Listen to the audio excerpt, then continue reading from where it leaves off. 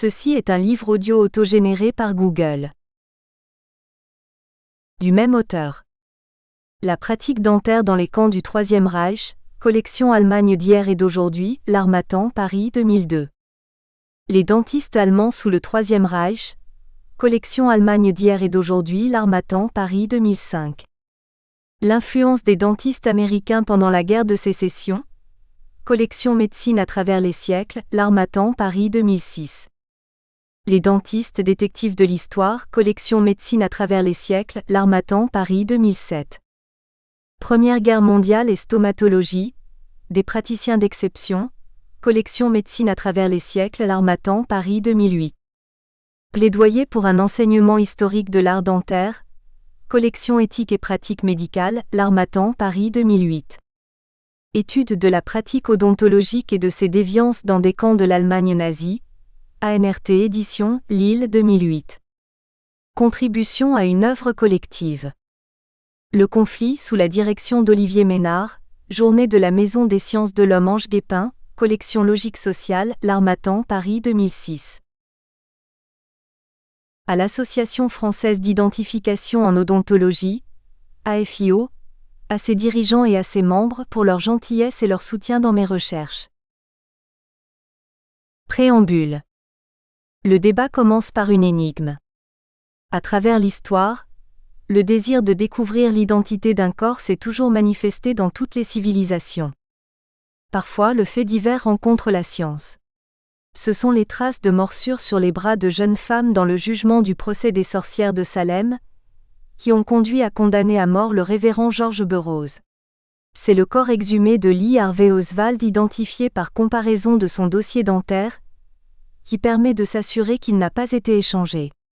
C'est l'acquittement d'une mère 4 ans après avoir été condamnée pour homicide par coup de couteau de son enfant de 7 ans retrouvé mort en 1997 à Kingston, grâce aux conclusions de l'odontologiste qui découvre que l'enfant est mort suite à la morsure d'un chien. Dans ce nouvel ouvrage, le docteur Xavier Rio révèle à travers les siècles ce que chacun de nous espérait trouver, le dénouement des énigmes. Il apporte ses lumières sur les origines de l'anthropologie criminelle et de la criminologie, et nous fait participer à la naissance de la police scientifique en France. Amoureux d'Agatha Christie, de Sir Arthur Conan Doyle, de Maurice Leblanc, j'ai été introduit par Robert Hossein dans la Société Sherlock Holmes de France. Passionné par la chirurgie dentaire, je retrouve aussi en Xavier Rio l'enthousiasme, l'inspiration et la rigueur de l'homme de lettres et du scientifique. Le docteur Rio mêle avec brio cette double compétence dans un style agréable. Il nous fait partager sa passion de l'écriture et les révélations de ses recherches méticuleuses, à travers des récits originaux de qualité. Plus que tout, Xavier Rio doit être loué pour mettre en avant le chirurgien dentiste et éclairer l'odontologie médico-légale apparaissant dans cet ouvrage au centre de la criminologie. En 2007, à la question de savoir si ces disciplines trouvaient un intérêt auprès de nos confrères, le docteur Francis Janot me disait que l'intérêt et la demande sont forts dès le cursus universitaire en odontologie.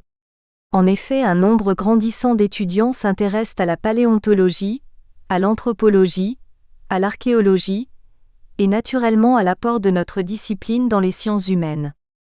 On peut être persuadé que l'ouvrage de Xavier Rio qui complète son premier volet, Les dentistes détectives de l'histoire 2007, comblera les étudiants en chirurgie dentaire, les confrères, les amoureux de l'histoire, des énigmes, des enquêtes et des séries policières. Bref, un livre que chacun peut apprécier puisque le docteur Rio réussit une fois encore à garder notre attention depuis la première jusqu'à la dernière page. Dr Philippe Pirnet. De l'Académie nationale de chirurgie dentaire, lauréat des Académies nationales de médecine, de chirurgie et de chirurgie dentaire, secrétaire général du Comité national odontologique, d'éthique. Préface. Cela a été un réel plaisir pour moi de préfacer cet ouvrage, qui m'a littéralement conquis. Je connais Xavier depuis longtemps, et je le connais en tant que membre fidèle de l'AFIO. À l'occasion d'une discussion lors du dernier congrès de notre société à Gand en octobre 2007, j'avais proposé à notre ami de participer avec lui à un travail consacré à Edmond Locard, ce fabuleux spécialiste de la criminalistique qui m'a toujours fasciné. Il n'en a pas fallu plus pour exciter l'enthousiasme débordant de Xavier Rio, qui s'est mis au travail pour nous livrer ce dernier ouvrage. La découverte de ce document tant pour le profane que pour l'odontologiste médico-légal est un enrichissement intellectuel constant. Dans plusieurs chapitres, le lecteur y côtoie des noms célèbres qui ont fait, comme le dit Xavier, l'histoire de la criminalistique. Les théories de Lombroso qui ont été à l'origine de tant de controverses et qui ont induit tant de déviances y sont notamment exposées avec une grande clarté. Quant à Edmond Locard, cela a été pour moi une vraie satisfaction que de lire les pages le concernant. J'ai toujours pensé que ce grand précurseur de la police scientifique avait été mal considéré eu égard à l'immense travail qu'il a fourni. Ici, lui est enfin rendu l'hommage qu'il mérite tant. À travers une galerie de portraits, l'auteur nous emmène dans des enquêtes surprenantes. Ainsi, chaque évocation d'un personnage célèbre apporte au lecteur un éclairage nouveau sur les mœurs et habitudes d'époques révolues. C'est le cas notamment de l'introduction du couteau à bourron par Richelieu, qui en est un exemple piquant, ou encore de l'état totalement délétère de la denture de nos illustres prédécesseurs. Avec l'aventure du Tché, l'auteur nous entraîne dans des méandres politiques où la récupération d'événements à n'importe quel prix pour servir une idéologie est monnaie courante. D'autres exemples historiques hexagonaux et transatlantiques enrichissent ce texte passionnant. Pour ce qui intéresse plus spécialement ma discipline, l'odontologie médico-légale que j'ai tenté de promouvoir et de faire évoluer depuis plus de 25 ans, Xavier Rio brosse de notre activité un tableau historique très documenté et très actuel. Il est vrai que grâce à l'impulsion dynamique de tous les amis de l'AFIO, la problématique criminalistique est aujourd'hui totalement différente de ce qu'elle était à l'origine. L'apport de la science est en perpétuelle évolution, traces de morsures, informatique, reconstruction faciale. Notre participation, modeste certes, à plusieurs enseignements universitaires permet de révéler chaque année de nouveaux talents. Le chantier du tsunami de décembre 2004 sous la haute direction de l'IRCGN a également fait progresser beaucoup de choses tant dans la méthode que dans l'approche psychologique de la mort. Pour finir Xavier, sache que cela a été pour moi un véritable bonheur de préfacer et de participer très modestement à ton travail que je puis qualifier de remarquable. Dr Claude Laborier. Membre associé de l'Académie nationale de chirurgie, dentaire, expert près la Cour de cassation, président de l'Association française d'identification odontologique, AFIO. Avant-propos.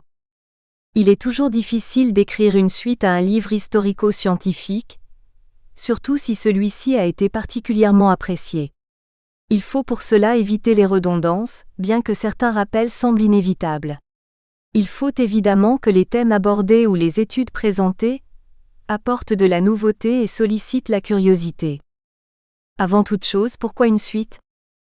Dans Les dentistes détectives de l'histoire, j'avais affirmé que je n'irais pas plus loin dans mes investigations. Il est vrai que c'était mon intention.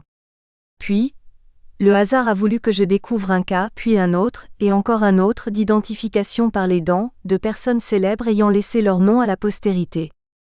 Ensuite, l'Association française d'identification en odontologie m'a demandé lors du dernier congrès annuel à Gand en Belgique, en octobre 2007, d'effectuer des recherches sur un précurseur de la médecine légale qui s'appelait Edmond Locard.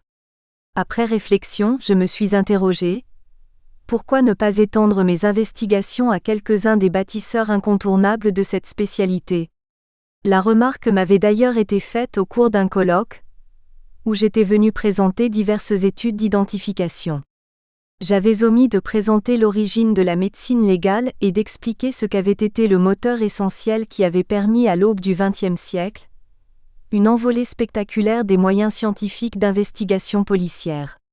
C'est l'occasion par cet ouvrage de réparer cet oubli épistémologique. Ainsi, même si l'approche des origines de l'anthropologie criminelle et de la police scientifique à travers l'histoire de deux de ses précurseurs, Edmond Locard et Alphonse Bertillon, ne relève pas à proprement parler de la dentisterie, il m'a semblé indispensable d'en présenter brièvement les tenants et les aboutissants afin de mieux comprendre les impératifs et les objectifs de l'odontologie médico-légale. Est indéniable que mon engouement pour cette dernière discipline a refait surface au cours de cette nouvelle quête littéraire. Quel plaisir intense de participer 2 siècles après, d'une façon même lointaine, à l'étude du mystère qui entoure les crimes de Jack l'Éventreur, ou de démasquer la supercherie qui entoure le rapatriement à Cuba d'un corps présenté comme celui du Che. Quelle joie pour moi, de poursuivre ma contribution à l'odontologie médico-légale à travers l'énoncé de dossiers historiques résolus ou controversés. Quelle joie d'avoir pu par cette étude, aborder modestement l'égyptologie, l'Égypte étant un des 2 pays où je rêve d'aller avec l'Islande. Je reprendrai quelques mots du premier volet de mes dentistes détectives. Quelle exaltation que de participer à une enquête policière. Quel enthousiasme que de démêler les nœuds tortueux d'un crime. Et pourtant, rien n'est plus triste que la mort d'une personne, mais c'est aussi à l'odontologiste averti de rendre sa dignité d'être humain à un cadavre sans nom, et de soulager la famille de la disparition intempestive d'un proche en lui permettant de faire son deuil. Enfin, l'aboutissement de leurs investigations permet sur un plan plus administratif l'ouverture d'une succession, ce qui est rendu impossible si la personne décédée n'a pas été reconnue. Ainsi, c'est un engouement sans précédent qui a vu le jour avec la série télévisuelle Les Experts, engouement que le temps ne dément pas. C'est aussi une réminiscence pour moi de tous les livres écrits par Agatha Christie et Sir Arthur Conan Doyle, que j'ai lus avec passion dans mon adolescence. C'est enfin l'occasion pour moi, à travers des faits historiques, de poursuivre le détail entrepris dans le précédent volume, des techniques employées par la police scientifique contemporaine et en particulier celles utilisées par les odontologistes experts. Origine de l'anthropologie criminelle et de la criminologie. Le discours médico-légal sur la folie est bien antérieur à celui de l'anthropologie criminelle, car il est déjà formalisé dans l'œuvre monumentale de Paolo Zacchias, 1584 à 1659. Sous l'Ancien Régime, les juges n'hésitaient pas à appeler des médecins pour expertise dans les affaires civiles et criminelles. L'ordonnance de 1667 et surtout celle de 1670 y faisait déjà allusion à propos de la constatation du corps du délit, des expertises en écriture et de l'examen de l'esprit des suspects. Le XIXe siècle est caractérisé par une transformation de la criminalité tant dans son importance que dans ses manifestations. La psychiatrie scientifique se transforme en s'appuyant sur la pratique asilaire. Un concept voit le jour, la monomanie homicide. Ce concept s'est avéré symptomatique de l'impuissance des psychiatries à donner une étiologie claire du comportement criminel, car sa définition ne portait que sur les actes. Était susceptible d'être atteint de monomanie tout individu qui avait commis un crime particulièrement atroce. Le paralogisme tautologique dans lequel s'enfermaient ces délits sans délire ont laissé les juges dubitatifs, et plus d'un a hésité avant d'appliquer dans les cas de monomanie, l'article 64 du Code de 1810, qui soustrayait à la procédure pénale les aliénés criminels en état de démence. Pour les juristes de l'époque, la monomanie homicide devait se soigner en place de grève. À une criminalité violente, se substitue une criminalité intellectuelle avec des milieux déterminés et de nombreux récidivistes. C'est dans ce contexte qu'apparaît une nouvelle science, l'anthropologie criminelle qui est l'étude du comportement antisocial, de ses causes et de ses conséquences. Son objectif est d'essayer de mettre en place des solutions aux problèmes posés. Le médecin François-Joseph Gall, 1758 à 1828, donnant ses cours en France à partir de 1808, a théorisé le premier la phrénologie. Pour Gall, toutes les facultés intellectuelles et morales sont localisées dans les organes du cerveau. Un plus ou moins grand développement de l'organe d'une faculté provoque sa palus ou moins grande activité chez l'individu qui la possède. Partant du principe erroné que les protubérances de l'enveloppe crânienne correspondent à celles du cerveau, il parvient à lire les aptitudes et les penchants de chacun en repérant les saillies et les méplats des crânes. Gall a repéré chez certains individus criminels un penchant au meurtre, résultant d'un instinct carnassier. En affirmant l'existence de cet instinct, Gall dissocie plus que les aliénistes le déterminisme du comportement criminel de celui de la folie. Il se distingue également des tenants de la monomanie homicide, parce qu'il reconnaît l'existence de différents penchants criminels, et estime que c'est le développement relatif de ces penchants qui produisait les dispositions de l'individu. Gall, a été le premier à poser le principe des localisations cérébrales. Ce qui est certain, c'est que la phrénologie, bien que science erronée, a été à l'origine du paradigme qui structure les études biologiques sur les criminels. Gall a été en effet le premier savant à avancer l'idée qu'il puisse exister une correspondance entre les comportements agressifs et la constitution des individus qui les commettent. Gall a posé en revanche très clairement le principe de la défense sociale, que l'anthropologie criminelle a tenté d'imposer bien plus tard. Pour lui, en effet, il faut rejeter la notion de culpabilité intérieure, car en matière de justice, il est question des besoins de la société, de prévenir les délits, de corriger les malfaiteurs et de mettre la société en sûreté contre ceux qui sont le plus incorrigibles. Adolphe Quetelet, 1796 à 1874, est considéré comme un précurseur de cette discipline. Ce savant belge travaille à partir du Compte général administratif français.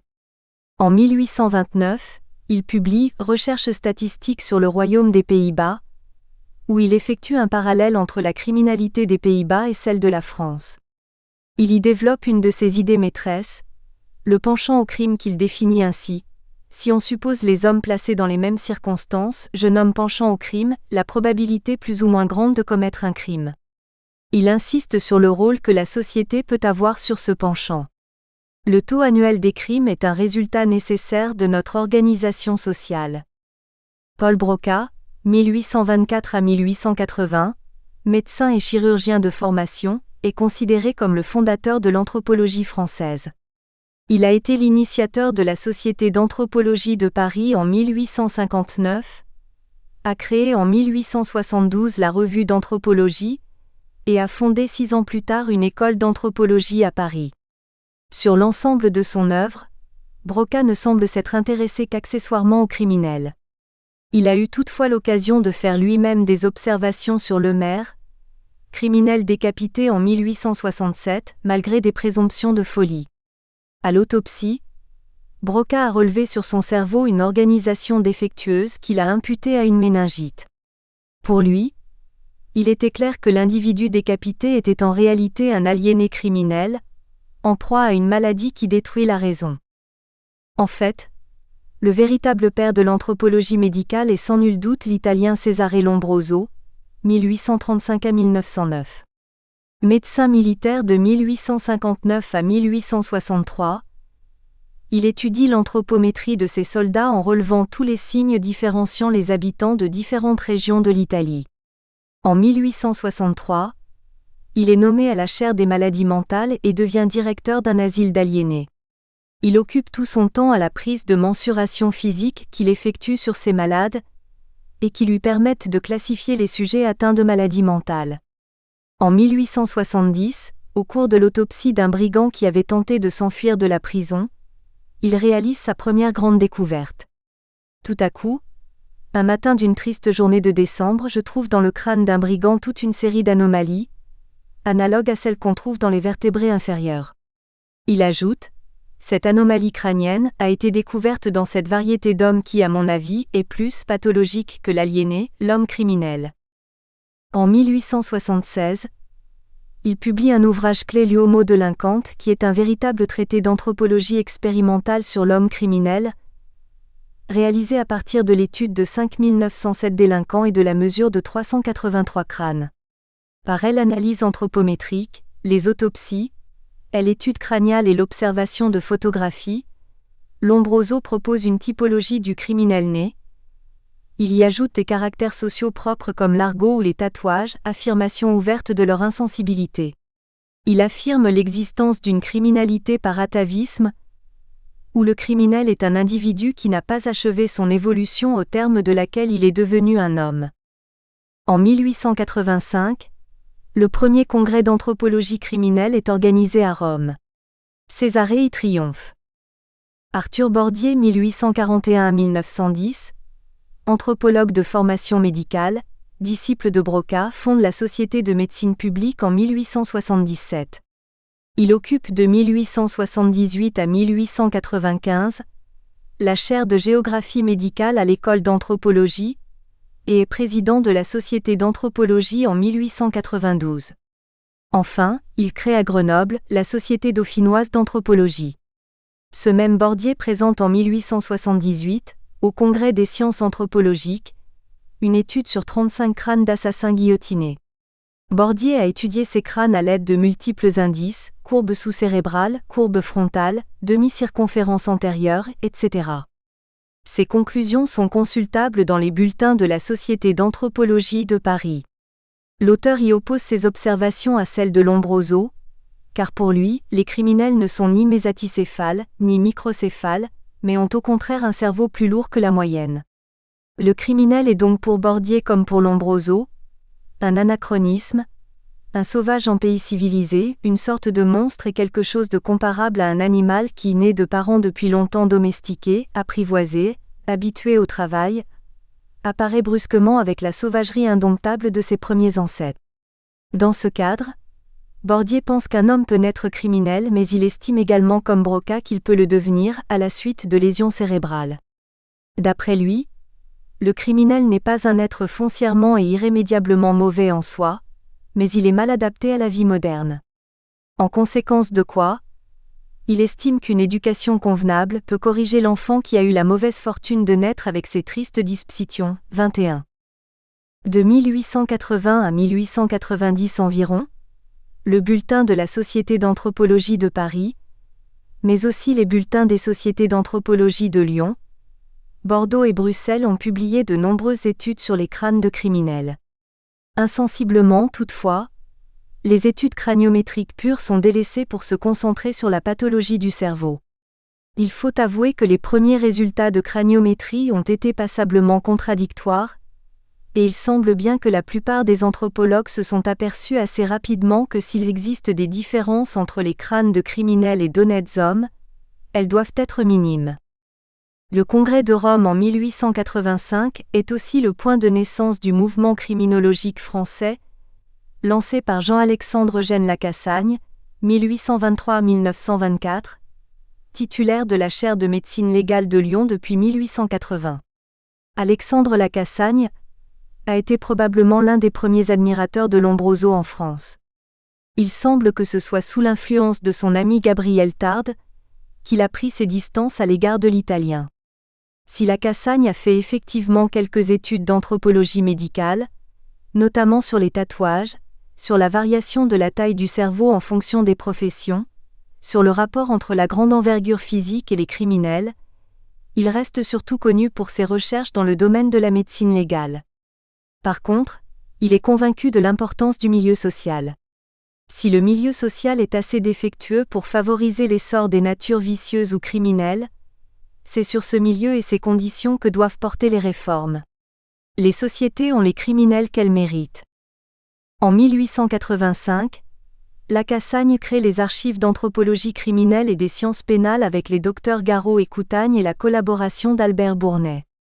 Elle change de nom en 1893 lorsque Tarde est entré dans le comité de rédaction.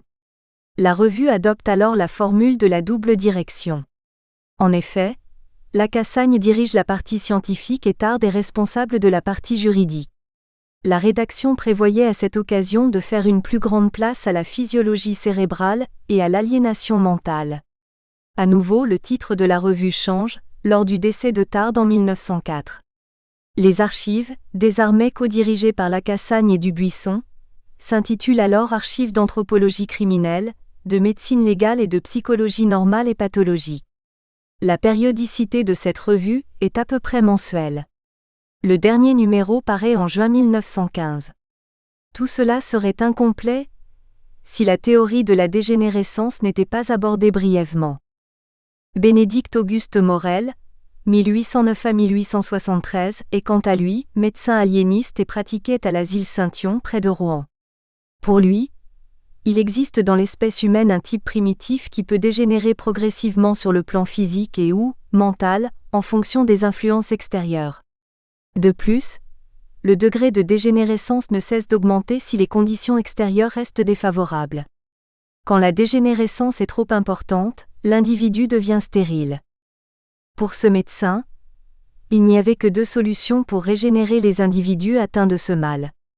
La première consiste à pratiquer sur les dégénérés un traitement moral conçu comme l'application de devoirs imposés par la loi morale, divine, fixe et immuable. La seconde consiste en la prise de cas aigus, par des médecins compétents. Morel met aussi l'accent sur la prévention. Pour lui, il est indispensable d'associer aux actions curatives une approche prophylactique tendant à développer l'hygiène tant sur le plan physique que mental. Cette théorie s'est considérablement développée durant le dernier tiers du XIXe siècle. Paul Brouardel, 1837 à 1906, a été médecin légiste, titulaire d'une chaire de médecine légale de la faculté de médecine de Paris, doyen de la même faculté et membre de l'Académie de médecine. Celui-ci retient par exemple l'idée d'une dégénérescence qui provoque d'après lui un arrêt du développement de l'enfant. Brouardel croit en l'existence d'un type dégénéré urbain. La théorie de la dégénérescence appliquée à l'étiologie de la criminalité a été remarquablement servie par le médecin aliéniste Valentin Magnan, 1835 à 1916. Rejetant explicitement la théorie de l'atavisme, Magnan a été en effet le promoteur d'une théorie de l'obsession criminelle morbide qui a obtenu un certain succès. Élève de Faleret, de Baillarger et de Claude Bernard, il se fixe au service des admissions de l'asile Sainte-Anne à partir de 1867. De 1881 à 1898, il travaille essentiellement à appliquer la théorie morélienne dans une perspective clinique et tente d'imposer la variété des dégénérés héréditaires 34.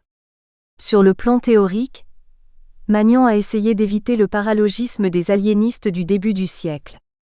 Il affirme ainsi que les syndromes relevés chez les dégénérés héréditaires sont le fruit d'une déséquilibration mentale, généralisée, qui se décèle non pas tant par les actes délictueux des patients que par leur nature impulsive et obsessionnelle. Toutefois, Magnan admet que le problème est particulièrement complexe pour ce qui est d'appliquer sa théorie aux questions médico-légales 35.